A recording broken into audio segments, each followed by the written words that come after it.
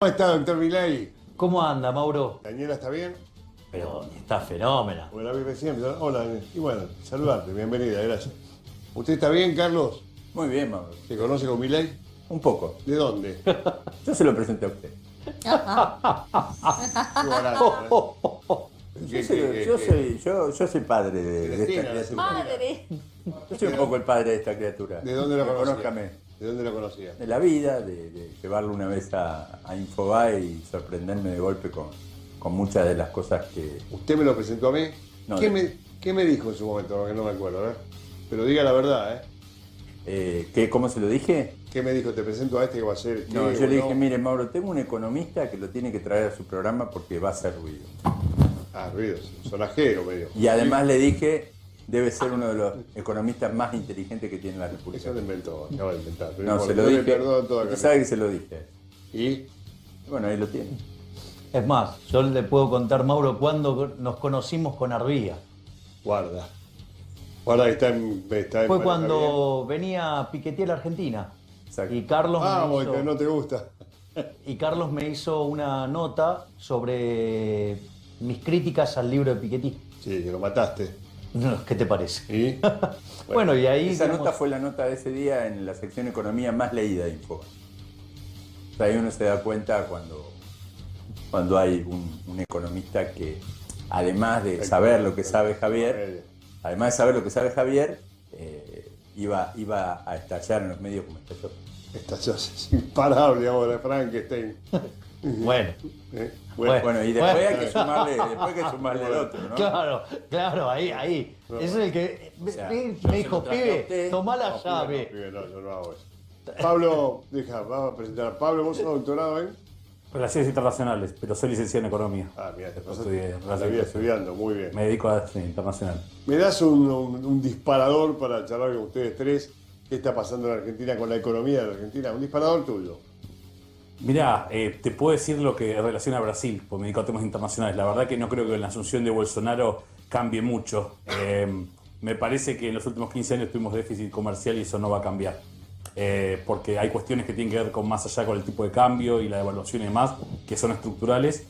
Y me parece que Bolsonaro de aquí en el corto plazo no va a cambiar su política de Estado en torno a la Argentina. Es más, como ya lo demostró, va a mirar hacia Estados Unidos, hacia Europa, hacia otras partes. Como ya lo dijo, hacia Netanyahu. Bueno, está bien. ¿Eso nos cambia algo, Javier, a nosotros, Brasil, hoy? Yo creo que lo que ha ocurrido con Brasil, la Argentina lo perjudica no solo en lo financiero, sino que lo perjudica en lo real. El primer punto es, Argentina, si no estuviera con el programa del Fondo Monetario Internacional, ya habría caído en default.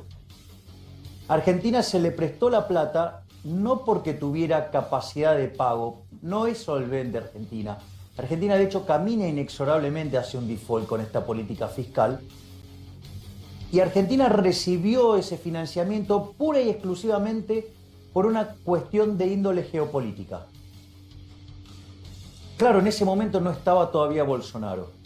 Hoy creo, desde mi punto de vista, que Bolsonaro representa mejor los intereses de Estados Unidos en la región. Consecuentemente, si Argentina tiene un mínimo desvío en el cumplimiento de las metas con el fondo, nos cortan el financiamiento y se precipita la piña. Primer punto. Eso por el lado financiero. Por el lado real, yo creo que hay dos cuestiones muy importantes. Una es si efectivamente Bolsonaro hace lo que dice, es que va a avanzar, digamos, en bajar impuestos y quitarle carga al sector privado. Si eso empieza a suceder, acá no va a invertir nadie. Van y van a Invierte invertir. nadie. Por eso, menos. Y después está el tema comercial. Claramente el Mercosur es un fracaso rotundo. Ya casi es una cargada tratarlo como una unión aduanera. Me parece muy inteligente lo de Bolsonaro de decir, bueno, digamos, esto produce un desvío de comercio y con lo cual es mucho mejor estrategia seguir la estrategia chilena. Nos abrimos nosotros directamente, unilateralmente. Eso me parece mucho más inteligente. Ahora, frente a esa situación, dado el esquema reinante en Argentina en el plano productivo, eso puede generar un lindo sacudón negativo. Con lo cual, toda esa situación me parece que toda va en contra de Argentina, pero no porque los demás son malos, sino porque nosotros somos deplorables. ¿Sí? Y después, bueno, de cara a lo que es este año, creo que tenemos unos desafíos monetarios que ponen en serio riesgo el escenario planteado por el gobierno.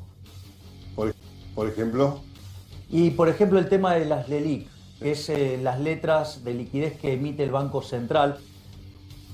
Mira, yo desde mi postura analítica y a la luz de la evidencia empírica, y digo, a la luz de lo que he estudiado a lo largo de mi vida, me siento confortable afirmando que la inflación es siempre y en todo lugar un fenómeno monetario.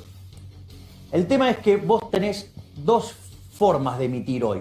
Una es que es emitir dinero presente, que es la base monetaria, y otra es emitir dinero futuro, que son las LELIQ.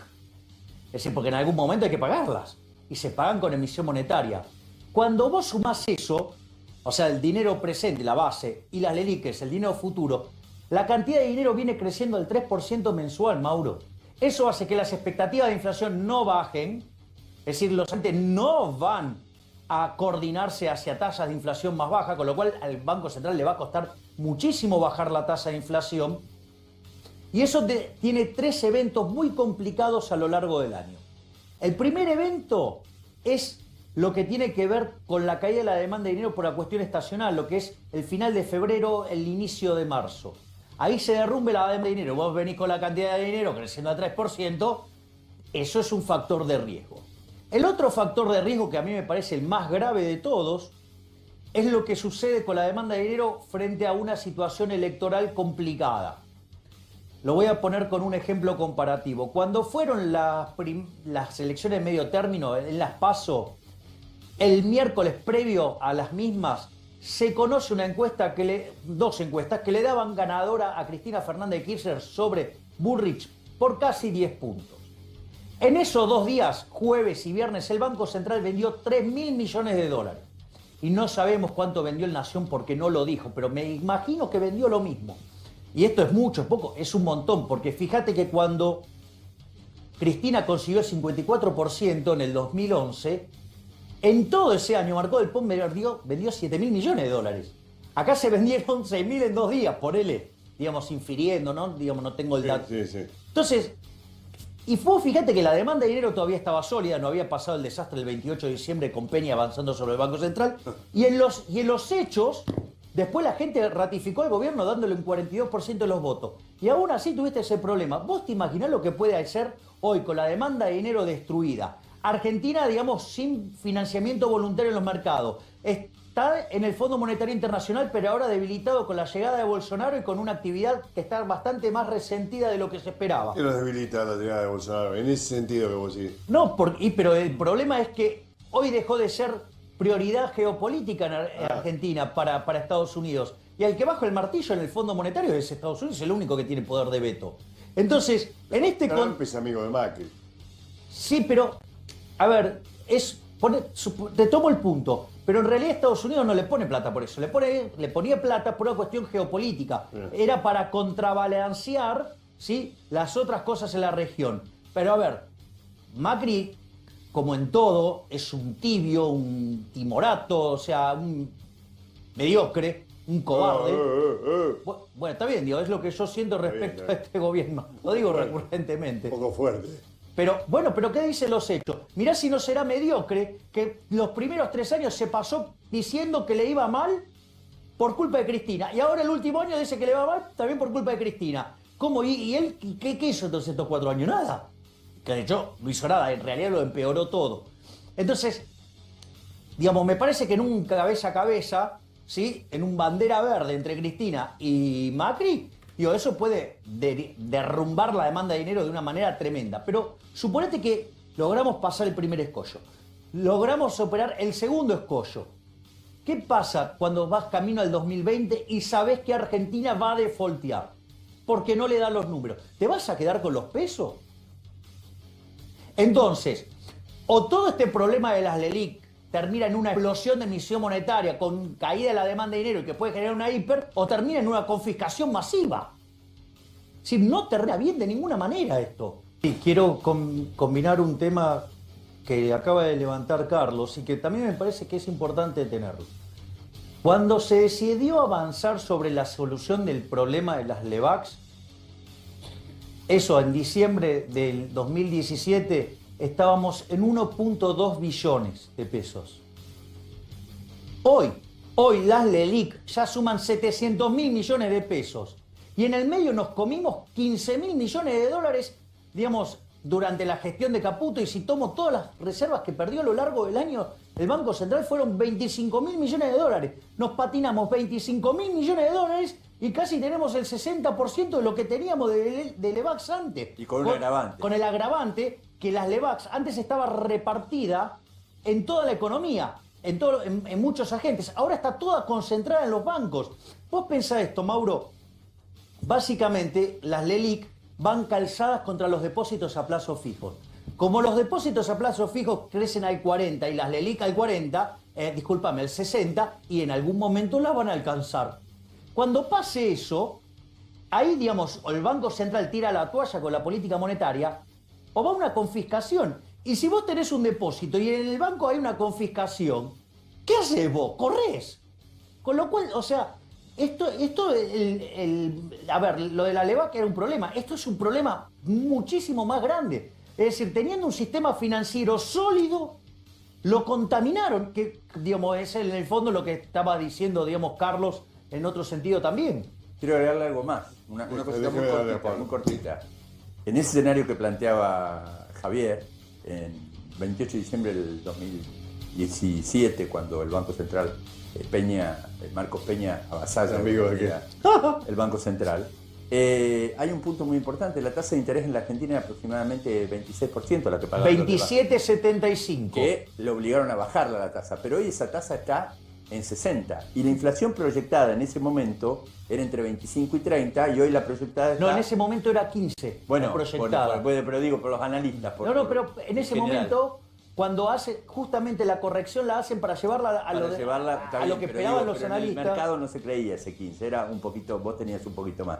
Pero más allá de eso, es con tasa de inflación más alta y con tasa de interés más alta, y como dice Javier, volvimos al mismo problema, que no se llaman LELIQ, sino se llaman LEVAC.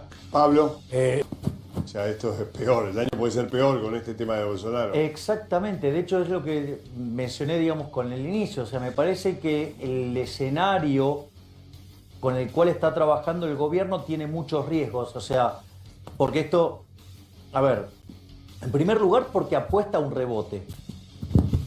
Es decir, como tuvimos la peor cosecha de los últimos 50 años, el gobierno le toma el pelo a la gente diciendo, no, empezamos a crecer en el segundo trimestre. Mentira, es un rebote. Estabas en 100, caíste a 40, de 40 a 60. Sí, subiste 50, pero está re mal todavía.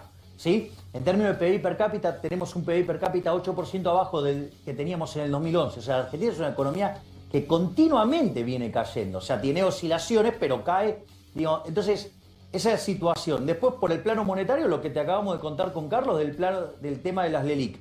El escenario internacional se complica. Ninguna de las cuestiones estructurales que hacen a la competitividad de este gobierno las trabajó. Es decir, vos, básicamente, yo te diría... Chocolgo y bollo, ¿hay algo más para este año? Dios mío, ¿eh? No, ¿y?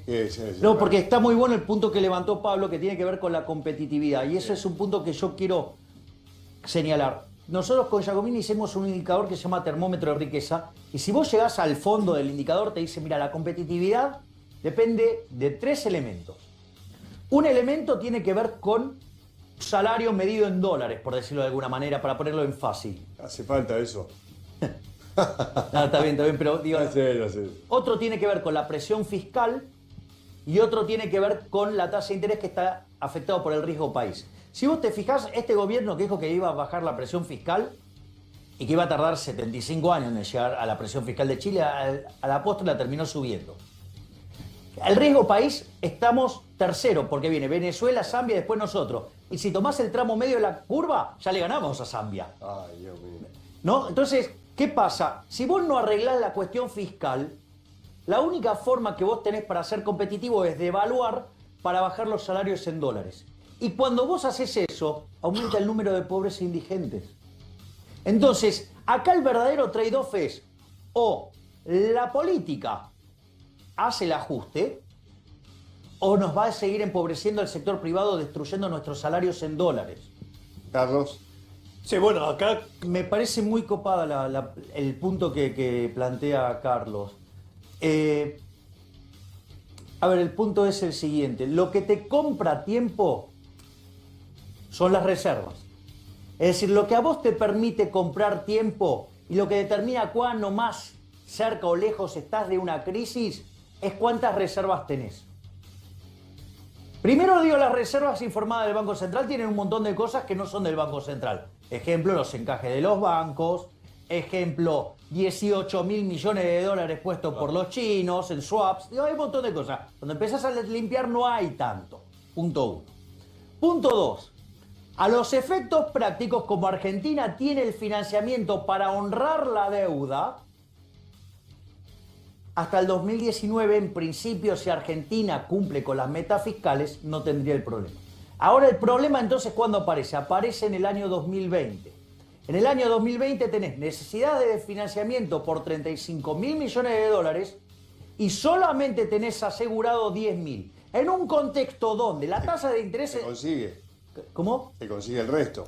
Claro, exacto. ¿Cómo conseguir 25.000 millones de dólares en un contexto donde sube la tasa de interés en Estados Unidos y se lleva los capitales? Y como si todo esto fuera poco, Argentina es insolvente.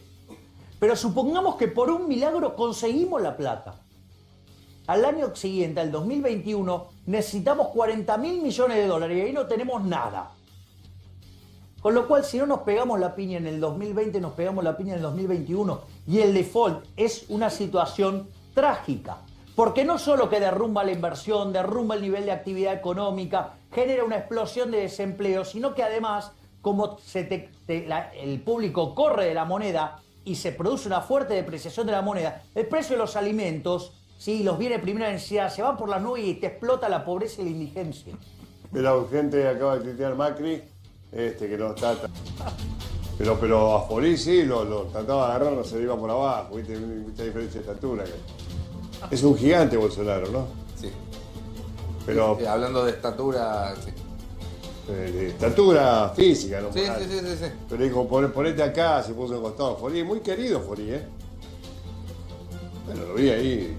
Es un diplomático de carrera con muchísimos años en la Cancillería Argentina, en distintos roles. No está mal que vaya el canciller acá. Hombre de Marcos Peña, ¿no? Me está provocando. ¿Qué tenés con Peña vos? ¿Por qué? No, pero ¿por qué? ¿Dónde empieza todo, digo? No, porque es una persona que le hace mucho daño al país. Está bien, pero ¿es eso o hay un episodio que uno... No, a ver, digamos, la cuestión técnica es muy simple. El avance Peña sobre la independencia del Banco Central implicó... Avistaba la tasa de interés en el 27,75%, ahora está en 60%. La tasa de inflación minorista venía del 18%, ahora terminó en 50%. La tasa mayorista que venía, digamos, al 12%, se fue al 80%. Se devaluó más de un 120% la moneda, si mido contra el 27 de diciembre. Se perdieron 25.000 millones de dólares. La actividad que se expandía al 4,5 está acumulando 1,5 de caída. Aumentó el desempleo, cayó el salario real en 15 ¿Todo puntos. eso lo hizo Peña? Sí, y como si todo esto fuera poco, sí aumentó la pobreza y la indigencia. Dios, ¿quién tiene el ¿Puedo problema? sumar algo más? Ah, sí, lo que quiera. Y tuvo que ir al Fondo Monetario Internacional para que lo salvara del default. Exacto, y a pesar de eso, el riego Fue el país día está del por las amigo nubes. Duhovne, ¿no? Bueno, pero tiene que ver con todo lo que está. Pero es que es parte del fracaso de la estrategia gradualista. Ahora, Gobierno. que después, digamos, al señor le guste operar e inventar historias para que desprestigiar lo que yo digo, cuando los datos son tan contundentes, también te muestra los problemas. Ahora, ¿Te miente Peña vos? No. No, pero viste que hubo... A ver, con solo mostrar el video del 28 de diciembre del 2017, Ya lo vi. ya no tengo más nada que decir. O sea, podemos poner los pronósticos de Peña y los míos. ¿Cómo arriesgó ahí, no? Arriesgó demasiado, Pero, ¿no? sí, pero vos sabés que a mí ahí me parece, es muy interesante ese punto. Vos fíjate esto. ¿Qué era lo que decía este gobierno mentiroso en las elecciones? Porque es un gobierno de mentirosos. Dijo, no podíamos avanzar porque no teníamos fuerza en las cámaras. Entonces pidieron el voto para tener más fuerza electoral y avanzar con las reformas. Logran un excelente resultado en las elecciones de medio término y lo primero que hacen como reforma estructural es avanzar contra la independencia del Banco Central. Es una cargada, pero no solo se queda ahí. Fíjate esto, Mauro. Esto termina generando una debacle que terminamos en el Fondo Monetario Internacional, porque si no defolteábamos. Vamos al Fondo Monetario Internacional. El acuerdo lo firman Duhovne y Sturzenegger. Dentro de los elementos que se firman en el acuerdo está profundizar la independencia del Banco Central. A la semana lo echó. Sí. Bueno, así nos va. Bueno, brutal. Como la palabra Peña se transforma en Jekyll y Hyde y todo esto. ¿Pero no te parece que nos hace mucho daño a esa persona? A mí no me preguntes, hace 3 años que hablo de De todas maneras, ¿Bien? Me parece muy interesante lo que dijo Carlos recién respecto al proceso electoral.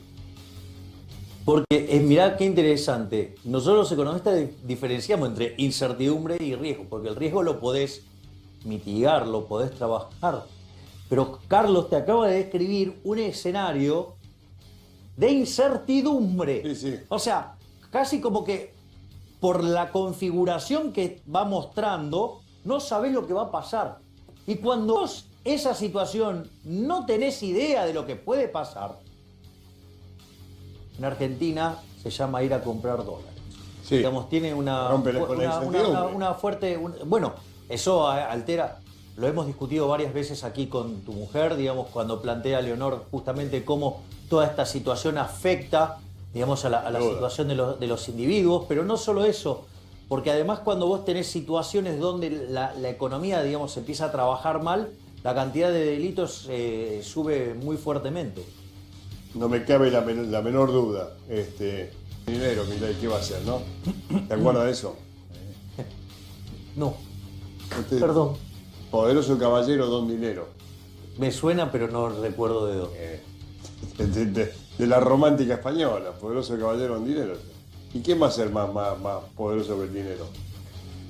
Bueno, vos sabés que, digamos, cuando sos economista, digamos, entendés que el dinero, digamos, es en realidad un bien para hacer intercambios indirectos. O sea, con lo cual lo importante, digamos, no es, pues el dinero es una ficción, es una representación mental, digo, pero no es ni más que un papelito. O sea, lo que importa es lo que está abajo. ¿Qué es lo que verdaderamente? Lo que pasa que vos, digo, cuando ves un billete de 100 pesos, ves, asociás que puedes comprar. 100 pesos no veo nada. Bien, lo hice a propósito. No veo ni un viaje en taxi ya. Claro. Y en cambio, cuando ves un billete de $100, Sí, también. ves otra cosa. Y sin embargo, los dos dicen Veo 100. 40 más. Claro, por eso bueno, pero está bien. Pero la diferencia, a ver, son dos papelitos pintados. Pero uno, digamos, te trae asociado un Mejor. montón de miseria y el otro un montón de cosas que están muy bien. Mejor que no te dé la explicación psicoanalítica de eso, te la pueden dar por ahí, ¿no? De la plata, del origen de la plata, porque... ¿Me preguntaste, Daniela? Pero después hablamos, entonces. Ahora cuando nos vamos le pregunto. Una de las primeras cosas que me contaron en mi casa fue esa. Pero lo dije, viste, muy... Después de decir, pero no tiene nada que ver con la realidad. ¿Qué piensan los psicoanalistas de qué es la plata? Sin embargo, todos los psicoanalistas tienen plata. Así que voy a decir, cuando yo discuto de esa manera, pero tengo otra para discutir en casa. Porque la representación de la plata es que de todo atienden paciente por plata. ¿De qué me estamos hablando? No, porque también trabaja es como... poderoso caballero con dinero. Sí. Porque trabaja como un... Si querés te cuento el origen del dinero cómo es. ¿Ah, sí? Sí, te cuento. O sea, básicamente, originalmente las personas hacíamos trueque. Sí. ¿Sí? Como ahora que Bueno, también se el hace. trueque tiene dos problemas. Uno es la doble coincidencia, es que tenés que encontrar justo que alguien quiera comprar Ahora lo que vos patadas, cada uno te da cualquier cosa. está bien, pero digamos, y que quiera además el bien que vos querés. Ese es el primer punto. Y el segundo punto es que los bienes no son perfectamente divisibles. Entonces, digo, qué sé yo puedo querer comprar pan, pero no estoy dispuesto a darle una charla de economía a cambio de 1 kilo de pan. ¿Me comprendés? Hay un problema. De hambre vas a dar una charla de 8 horas. Está bien, pero ese problema se llama un problema de indivisibilidad. En esos intercambios la gente descubre que hay bienes que sirven para intercambiar por otros Claro, bienes. claro. Entonces, en esa lógica, las primeras expresiones de dinero fue, por ejemplo, el lino, ¿sí? El tabaco, la sal, de ahí viene el término salario. ¿Sí? Bueno, entonces, y con el correr del tiempo se impusieron dos metales. El oro para las transacciones importantes y la plata para las transacciones más chicas. Así es como aparece el dinero, digamos, el dinero metálico. Y después, bueno, cuando se impone el curso forzoso, digamos, a partir del primer congreso de Génova, digamos, en 1445, algo así creo que es, bueno, ahí es cuando los estados nos empezaron a empomar Aparecen los bancos centrales. con la inflación. Si los bancos centrales Bueno, primero bien. aparecen en el 1700, 1800, bueno, por ejemplo, la Reserva Federal es de 1913, el Banco Central de Argentina es de 1935, es un invento relativamente moderno que vino para arruinarle la vida a la gente, ¿no? Y ahí te empiezan a empomar con la interpretación. Después vino el psicoanálisis y dijo, ¿sabes lo que quiere decir la plata? Mejor no. Y decir, entonces no quiero plata. Pero bueno, todo el mundo quiere plata. Si no se puede vivir de esta manera, ¿no? No hay, porque el valor se intercambia, la comida es por plata, el poder es que a cambio de plata. Claro, pero es porque son intercambios indirectos. O sea, si vos tuvieras bienes perfectamente divisibles, sí, sería factible encontrar muy fácilmente quien tiene la doble coincidencia con vos, o sea, eso funcionaría sin ningún problema. Como eso no pasa en la vida real, aparece el bien de intercambio indirecto, que después evolucionó hacia las monedas, y después, bueno, El apareció... peor libro que leí en mi vida se llama... Creo, desde mi punto de vista, es imposible saber dónde va a ir la inflación. Porque si se te llega a caer la demanda de dinero de modo abrupto, puedes tener una hiper. Y como tengo ahí la polémica, ha sido un gusto conocerlos. Le mando un saludo a su mamá. Bueno, muchas gracias. Gracias, Javier. Gracias a vos, Mauro, por venir todo el invitarme. tiempo. Para mí es un placer y un honor estar en el Igualmente. programa. Saludos a Daniela. Bueno, pero hacelo vos después. Yo no tengo confianza. Nadie se te mandó un saludo, Mauro. Capaz Digo, que te pero permite eso saludarla. es meter costo de transacción. Está ahí. Hola, Daniela. No puedo hacer eso, no tengo. Soy un hombre grande. Gracias, mucha suerte. Gracias, igualmente. Chao, chicos.